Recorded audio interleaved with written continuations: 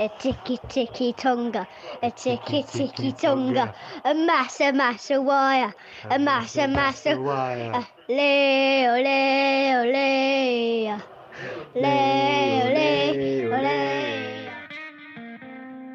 You're listening to the Fezcast, produced on behalf of the Saracen Supporters Association and featuring the independent thoughts, rants and rambles of Saracens fans and special guests.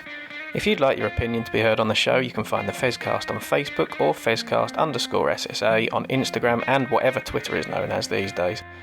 But for now, enjoy this week's show. You're listening to the Fezcast.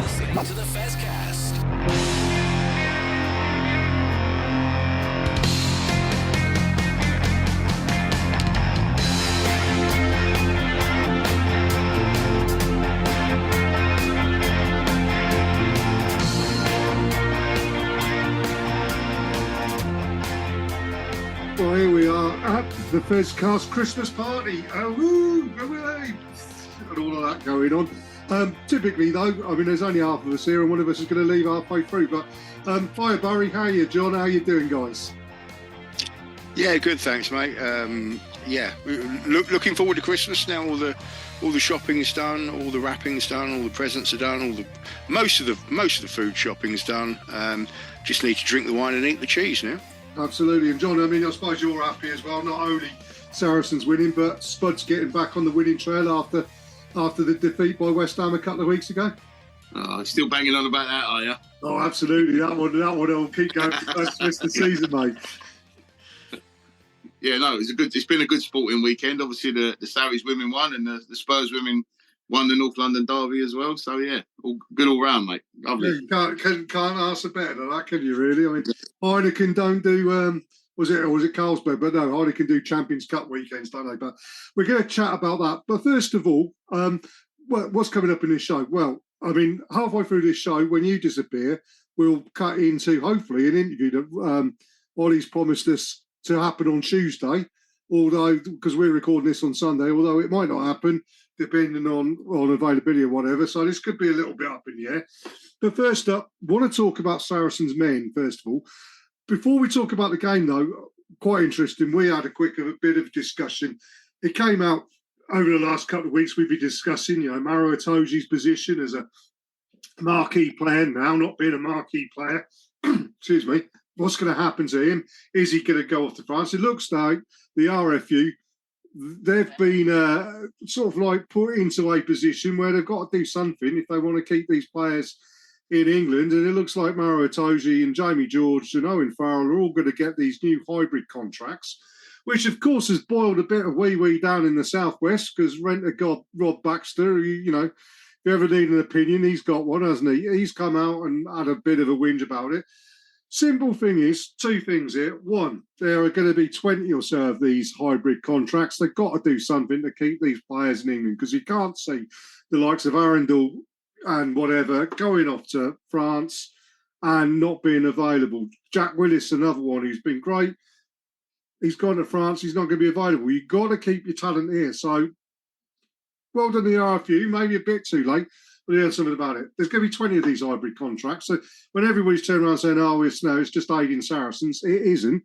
It's aiding the clubs that have developed English players. The fact that Saracens have developed more than them is beside the point, isn't it, guys? Yeah, it would be nice if the RFU actually came out and announced this properly, as opposed to it sort of leaking out in bits and bobs. But yeah, you're right. Either we need to go to some form of central contract or hybrid contract, or some cobble together of those, or we need to say we'll pick players who are based abroad, because in actual fact, it's always annoyed me that we have this policy of not picking players based over in France or Japan or anywhere else, because it actually makes them more valuable to the French and Japanese clubs, because they know they're not going to lose them for the Six Nations and the Autumn Internationals. Yeah, it's daft now. It's how it goes on, isn't it, really? The interesting thing, though, John, is now that, it looks like Maro's going to get one of these hybrid contracts, it'd be interesting to see what sort of negotiations go around that, in particular around image rights, won't it? Considering that was one of the big issues when we got tickled for it. Yeah, I mean, absolutely. I keep thinking, thanks to Henry Arundel, Joe Marchant, Jack Willis, the players you mentioned already, that they are valuable England players, and in the RF you can't afford to lose anymore. And like you said, the fact that we have produced Maro Itoje, Jamie George, and Farrell, it shouldn't count against us. And I think that in this instance, obviously the timing, as long as he does sign this contract, Maro, and it's announced soon, the timing has been absolutely perfect, not just for Saracens, but for the Premiership, because you can't have someone like Maro Itoje just leaving the league, leaving the England team.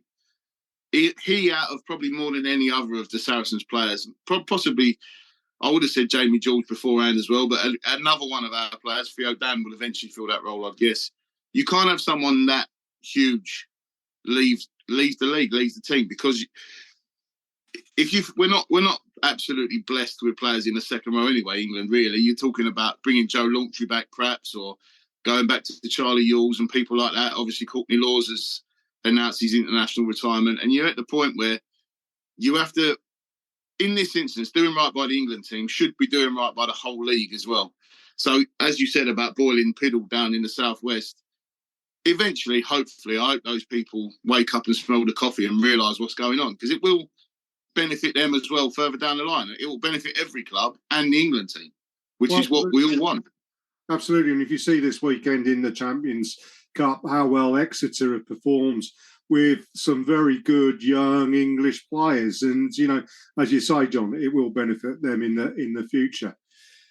Let's get away from that though and talk about the big one, which is the game on the weekend, which was a pretty good performance, I felt, on a number of levels. First up level was the referee. It seems to me he was a bit out of his depth, certainly for the first 20 minutes. And I'm not entirely certain whether he gave a consistent decision the whole way through that game. It meant that Saracens had to do something, and all credit to the bosses and the coaches, because I think they got hold of the lads at half-time and said, look, this is how we need to play this game, because the way we want to play the game is being pinged. And, second half, they really did, go to town. And it was only Maro coming off for a yellow card, which, one of them things that allowed Connacht really to get back into the game. The point I really wanted to make, though, and we'll do him very brief because we've done him to death over the last few weeks, is Owen Farrell and, his reaction to being wound up. Now, this is the first time this weekend when I felt really dirty, when I actually agree with Austin Ely. The second time was, we won't go into the Nancy bits of about them break play in the Toulouse-Quins game, but I agree with him there as well. But, yeah, he talks about, it's not fair that Owen Farrell is not allowed to react to being shithoused, basically, because that's what he got. He got the Connacht winger decided he was going to wind him up. And in those situations, the referee should simply go and say, Owen, you can't do that, mate, but that's a penalty against you. You've wound him up. You've created that situation. Then Ben Kay doubled down in and saying, well, it's Owen Farrell. He needs to appreciate that he's high profile, whatever. No, Owen should be treated exactly the same as any other player. And any other player in that situation, one, would not have been wound up in that way. And two, if they had a reaction that way, they would not have got penalised. Well, I think if you look at what happened there was two instances in the first half where obviously something had been said to Farrell. It was after Connacht scored their first try and then again on the wing.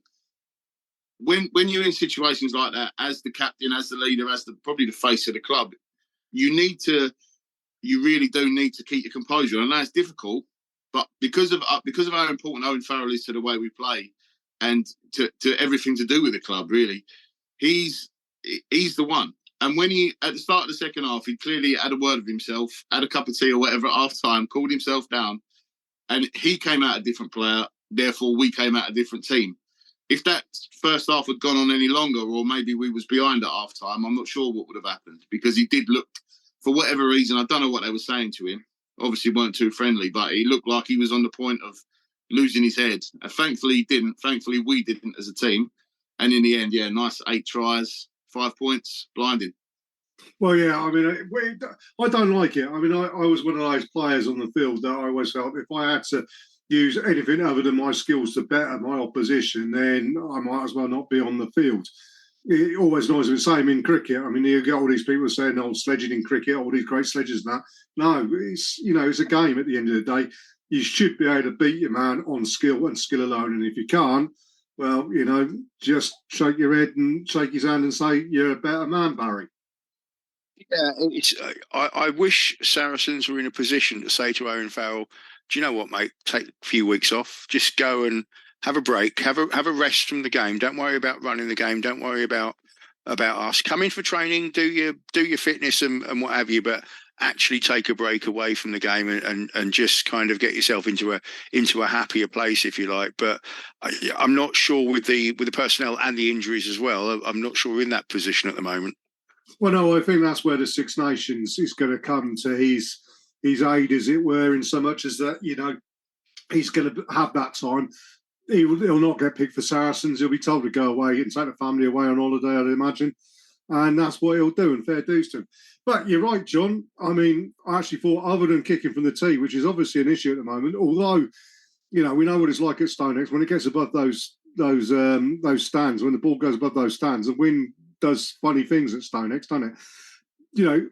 From the tee, he had another, for him, mediocre performance, but ball in hands, whether it was on the boot or out of the hands or whatever, he had an absolutely storming game, particularly second half. And the one kick he put in, the up and under, that really, I can't remember. I think it might have been Theo McFarland who came through and made the tackle, but it was like he's put it up there and the fullback just did not know what to do, did he?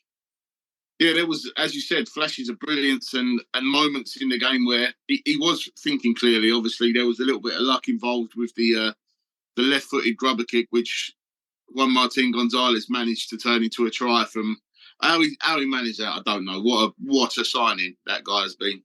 But Farrell was, I think he was, as you said, he was great apart from off the tee. And I don't know what the issue is, because we say about the wind at the StoneX, which is, it's got to be the windiest place on the planet. But it was the same. He missed opportunities given to him in South Africa last week as well. So yeah, I'm not sure what's happening with his kicking boots. Although I have noticed he's been training in George Ford's white Asics boots and then wearing his Nike ones at the weekend. I don't know whether that's got anything to do with it, but I'm sure he'll rediscover that form off the tee soon. He's top class, and you know that he will be working as hard as he possibly can to sort out his issues off the tee. But yeah, imperious otherwise. Yeah, absolutely. Well, let's mention two players then, and we'll do the first one. We'll go with the forwards first off. And yeah, you're right. I mean, there was a lot of good performance in the forwards. I thought Alec Clary stood up and was counted, did a big, without doing anything flashy. But there was one moment, I think it was Jamie George's first try, where Alec had to stay in the fight. Big style at the front of that rolling maul, and he was being dragged out. He was, they were really trying to expose him as a weaker player potentially in that team, and he showed some dog, and he stayed in that fight, and that's what gave us Jamie George's try. But yeah, Juan Martin Gonzalez, what a player that boy is! Yeah, another star back rower for us. I mean, we've almost got a team of back rowers these days. We will have when they're all back and fit. But yeah, great performance. I've got to say the whole pack were very, very good, because Connacht, certainly for the first half, were exceptionally competitive at all the elements that you want a pack to be competitive at. They were competitive at the breakdown, they were competitive at the ruck, they were competitive at line outs, they were competitive in the scrum as well. They put in a hell of a shift for 40 minutes, and although we've already said that we sorted our game plan out in the second half a little bit, I wonder how much it takes out of opposition teams just keeping roughly on a par with us for 40 minutes, because we are, generally speaking, pretty fit, and I think we're pretty much known for being one of the fittest sides in the league, in our own competition, obviously. But I do wonder how much it takes out of other sides just keeping up with us for 40.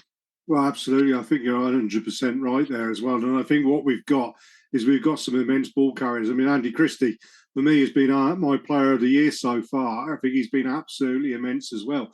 And, it's a kind of like a a barometer of how good Juan Martin Gonzalez is that we look at Andy Christie's performance on the weekend and we thought, well, it, didn't reach the heights. It did reach the heights. I mean, his figures must be ridiculous from that performance as well. So, and I think Billy Vanapola had another good game as well in the back row, in a game that he's redesigned where, he's not the battering ram he used to be, but he made a couple of key turnovers and a couple of key tackles in that performance, particularly when we went down to 7 men in the pack when Murrow went off for his yellow. So, yeah, excellent stuff there.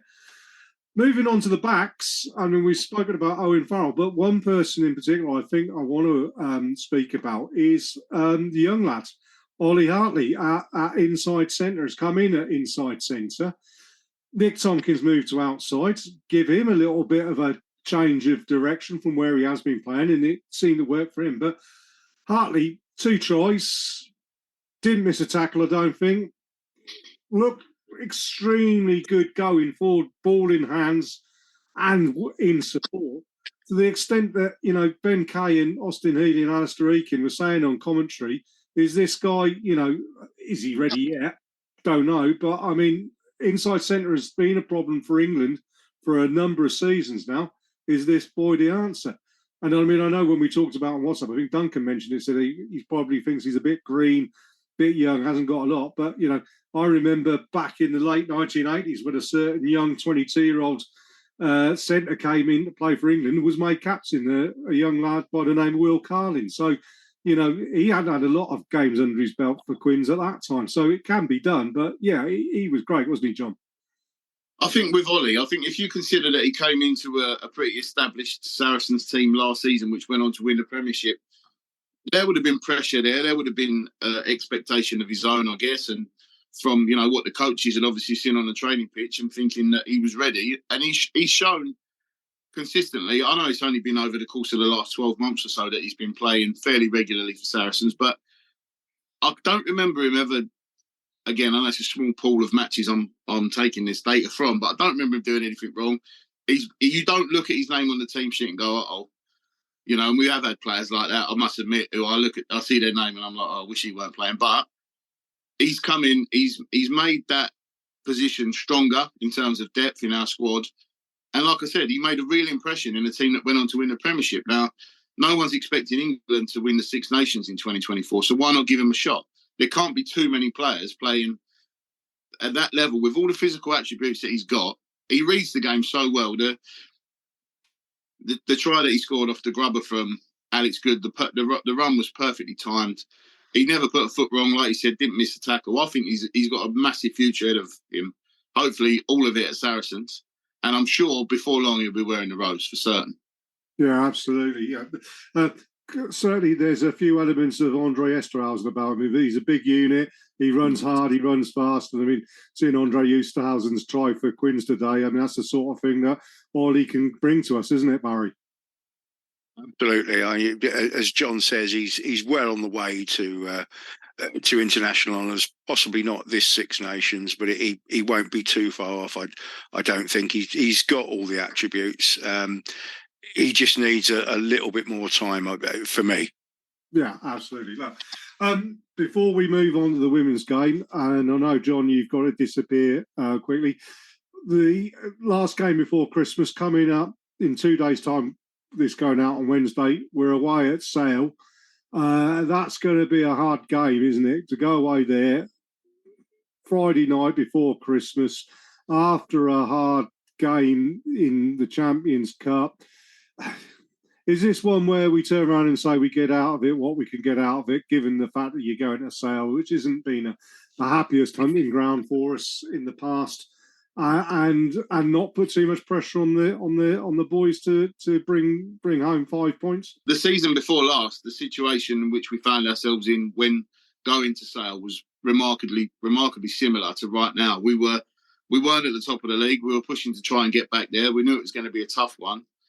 It was a night game, and we managed to turn them over in a damp, scruffy game. I remember Vincent Koch and Alid Davis basically tag teaming Faf de Klerk out on the touchline. I'm sure one of them got a yellow card for that. But it was last season, obviously, we'd done what we needed to do. We got well beaten when we played Sale, if I remember rightly, because we'd already got our home semi-final.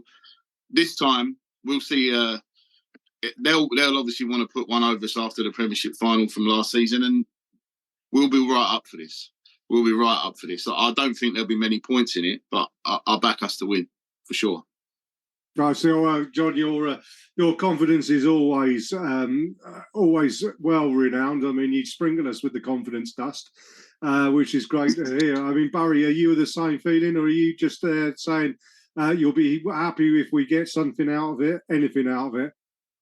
I'd not. It'll be interesting to see the team selection. I would not be surprised to see us do some of the rotation around, because we've just had 2 full-on weeks in Europe. We've got a home game coming up in between Christmas and New Year against the Falcons. I wouldn't be surprised to see some rotation going on Friday, and the hope that we can pick up anything at all up there. Yeah, absolutely. Look, something to look forward to. So let's hope we get a nice early Christmas present with 5 points at Sale, and and that would be great if we could. But I think half the season, a good comeback in the Champions Cup, and some really good performances, some good young players to look forward to. John, I know you need to get off, so we'll say Merry Christmas to you, mate, and then we'll have a break here and potentially an interview with someone, or potentially not. I mean, your next voice could be me. Well, your next voice is going to be me, but it could be me talking to somebody from the club, or it could be just me talking to Barry about the women's game briefly to finish up with. You're listening to the Fezcast.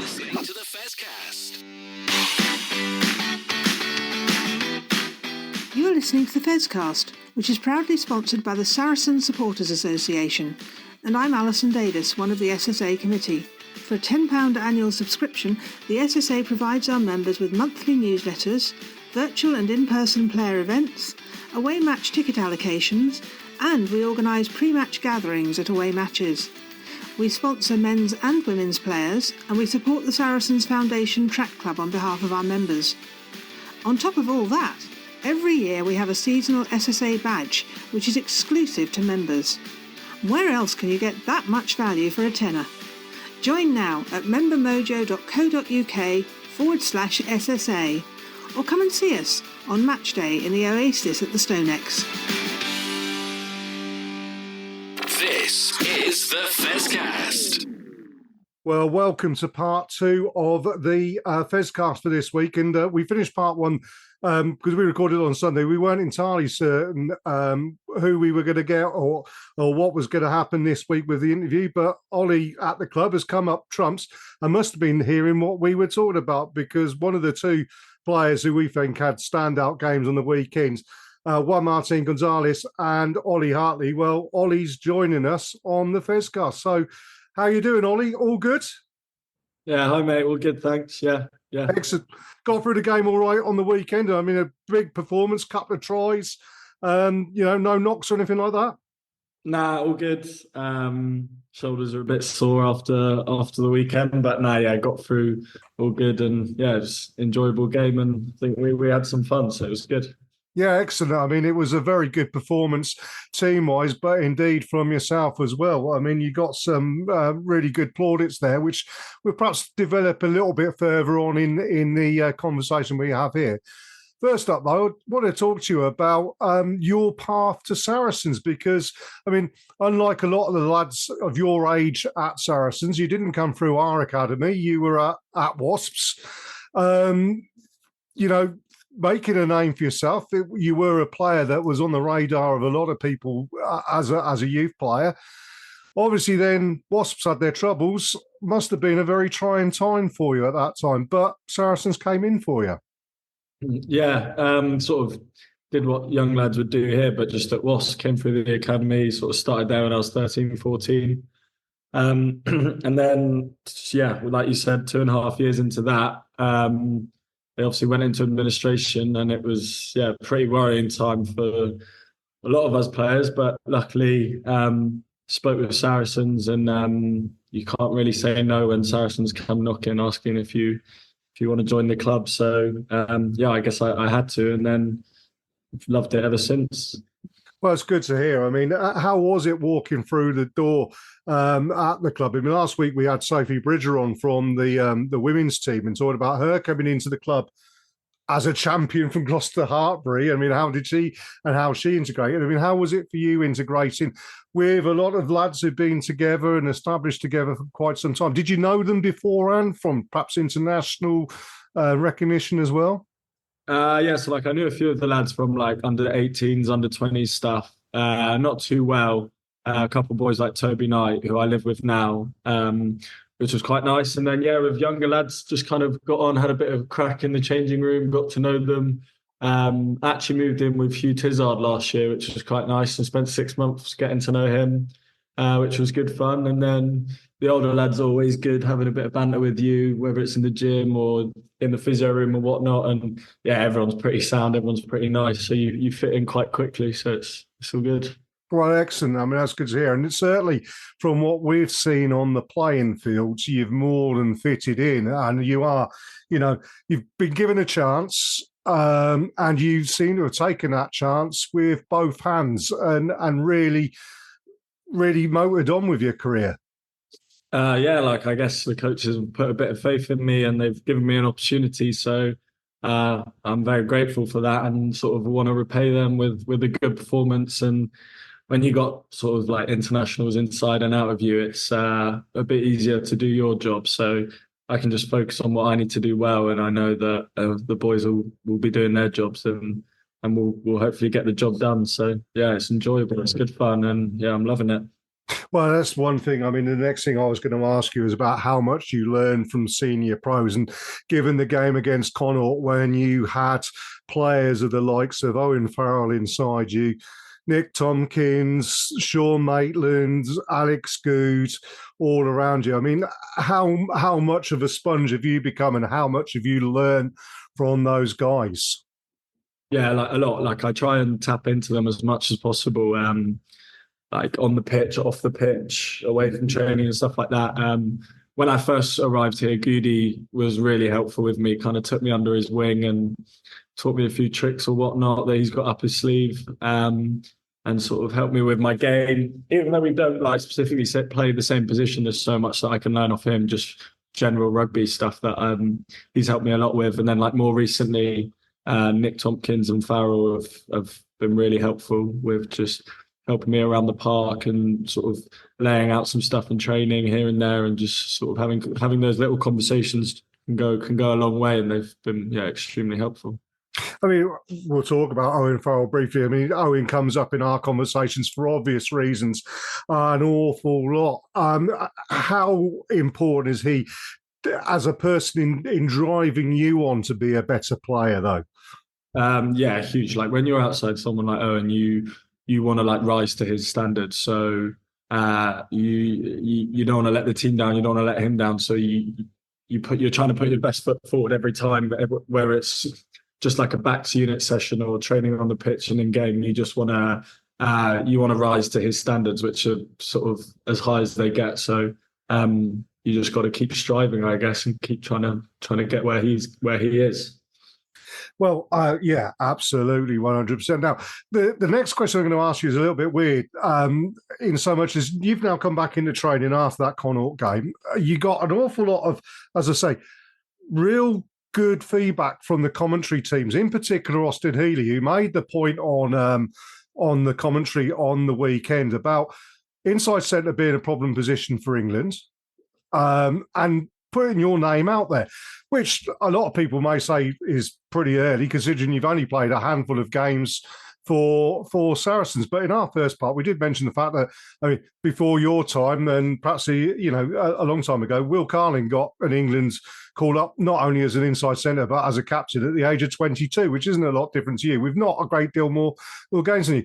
Is that something that you listen to those comments and it just, I suppose, flavours the water for you going forward to make it, something to aim for? Or have you been brought down pretty rapidly by the rest of the people around you? No, I haven't listened to any of the comment. I haven't watched the game back with commentary. I've only watched it back like on our channel that we have. So it doesn't have the commentary on it, so I wouldn't know what any of the commentators actually said really. And that my parents were at the game, so they wouldn't have listened to the commentary either. So hearing it firsthand from you, so I'll bit of a scoop then for me. Yeah, like I don't really listen to that sort of stuff. I'll just kind of play my rugby, just keep training and just keep trying to get better really.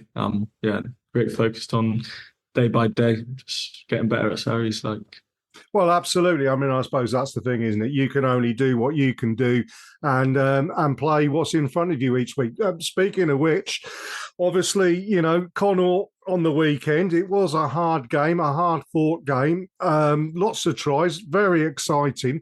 You've come back in. It's Christmas week. I take it, I suppose when we organised this, we had to put it back a little bit because training went over. I mean, it's not like primary school days when you used to take Buckaroo in on the last week before Christmas, is it? You are properly nose to the grindstone, working hard, getting ready for what I call the Enya game, which someone your age probably won't remember, which is Sail Away. It's an old pop music culture reference there. But I mean, obviously hard at work on the training paddock this week.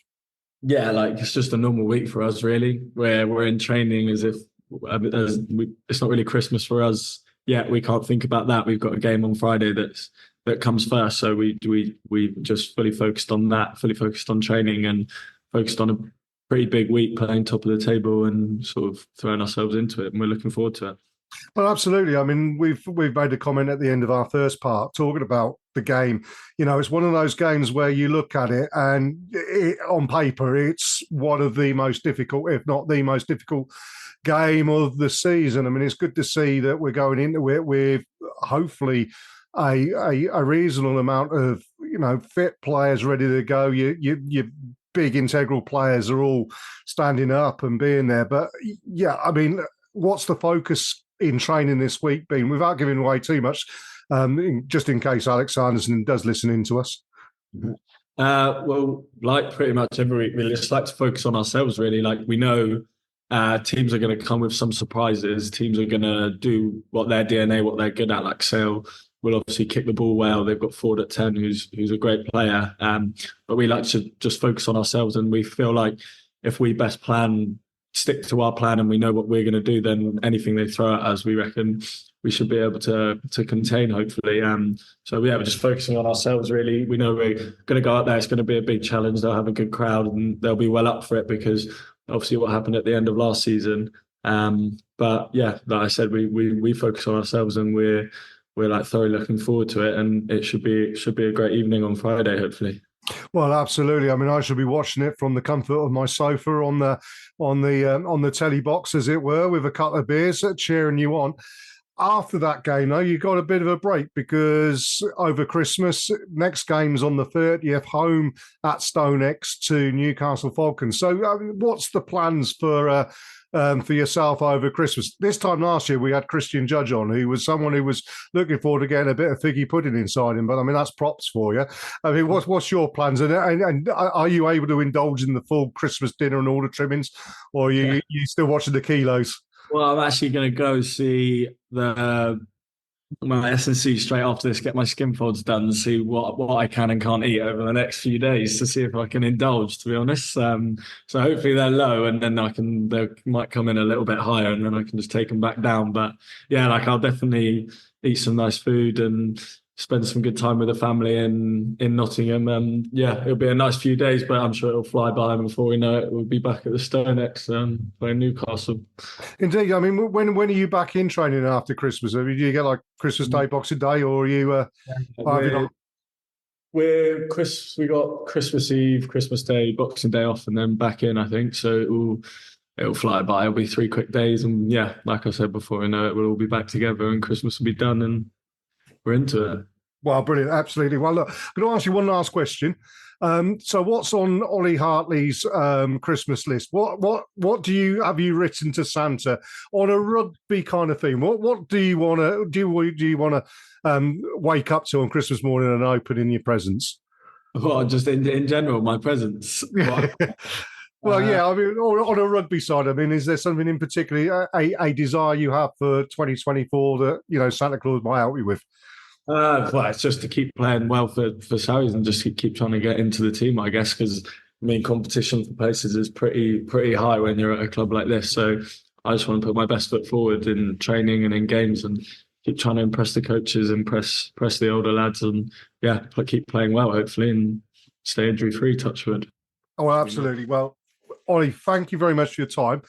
Couple of things for me to say to you. First of all, best of luck on Friday against Sale. I'm sure you'll put your best foot forward and put in a performance that will cheer us up all for Christmas, undoubtedly. But also ask you to pass on from the Fezcast our Christmas wishes to yourself and to the rest of the team and the coaches and everything, and say Merry Christmas from the Fezcast to those guys.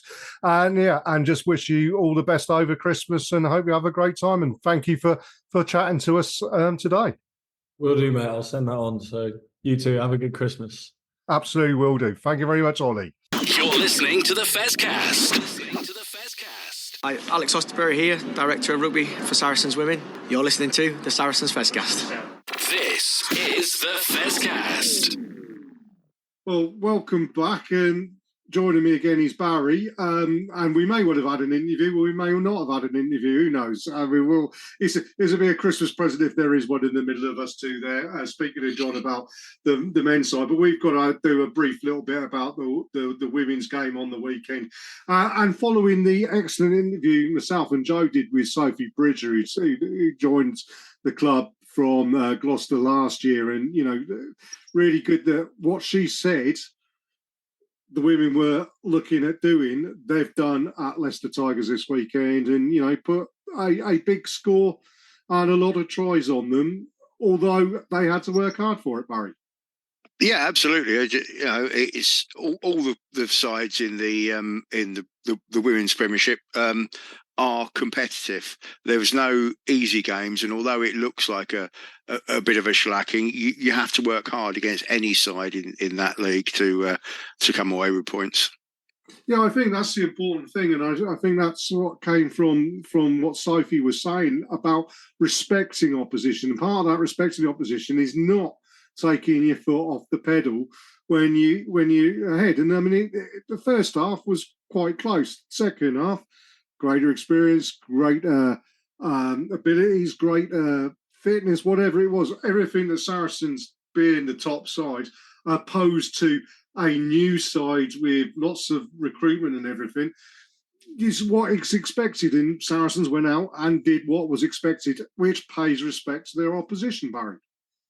Yeah, absolutely, and that's all you can do. You're never going to get an easy game away at Leicester from any of their sides, because that's in their DNA. And although the women's side are perhaps slightly newer, if you like, than their established men's teams, they'll have that same DNA. They'll have that same basic ethos running through the club. Yeah, absolutely. Wonderful stuff as well. And yeah, it looks like, everybody's hitting form. Them and Gloucester, Hartbury, the only 100% records in the league now. I suppose the important thing to say is that there is a game this weekend at the Stone X for the women on the 23rd. I can't make it, unfortunately, because we got family stuff going on. But I really do recommend that if you can get down there to see, it is going to be an absolute stonker against Bristol Bears, particularly with some old Saracens returning, Hannah Bottoman, for instance. It's going to be a humdinger of a game and a right Christmas tear-up, isn't it, Barry? Yeah, I mean, just looking at the table, it's first versus third. What more do you need to know?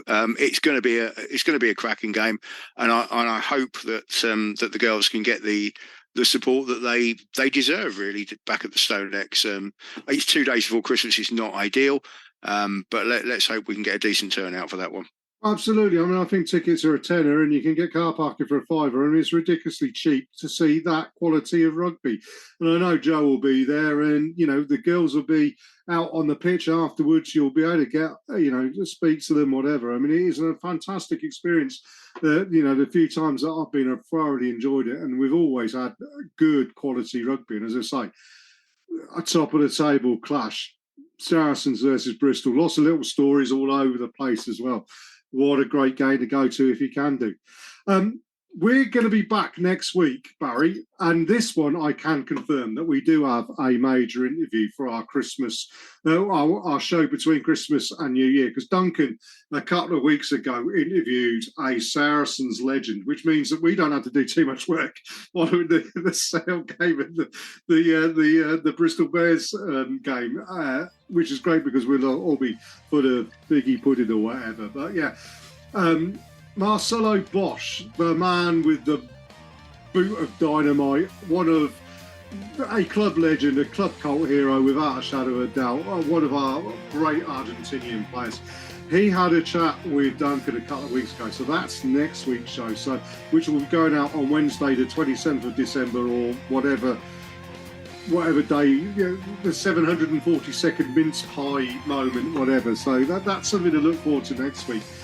All that remains for us to say to everybody listening is enjoy yourself if you're going out to Sale, or if you're going to Stonex, the women's game, enjoy that one. But also have a wonderful Christmas. Have a good time off. Don't eat too much. Don't drink too much. No, it ain't going to happen, is it? Have a wonderful Christmas. Just to add to that, festive greetings from the Fezcast. Indeed it is. All the best, guys.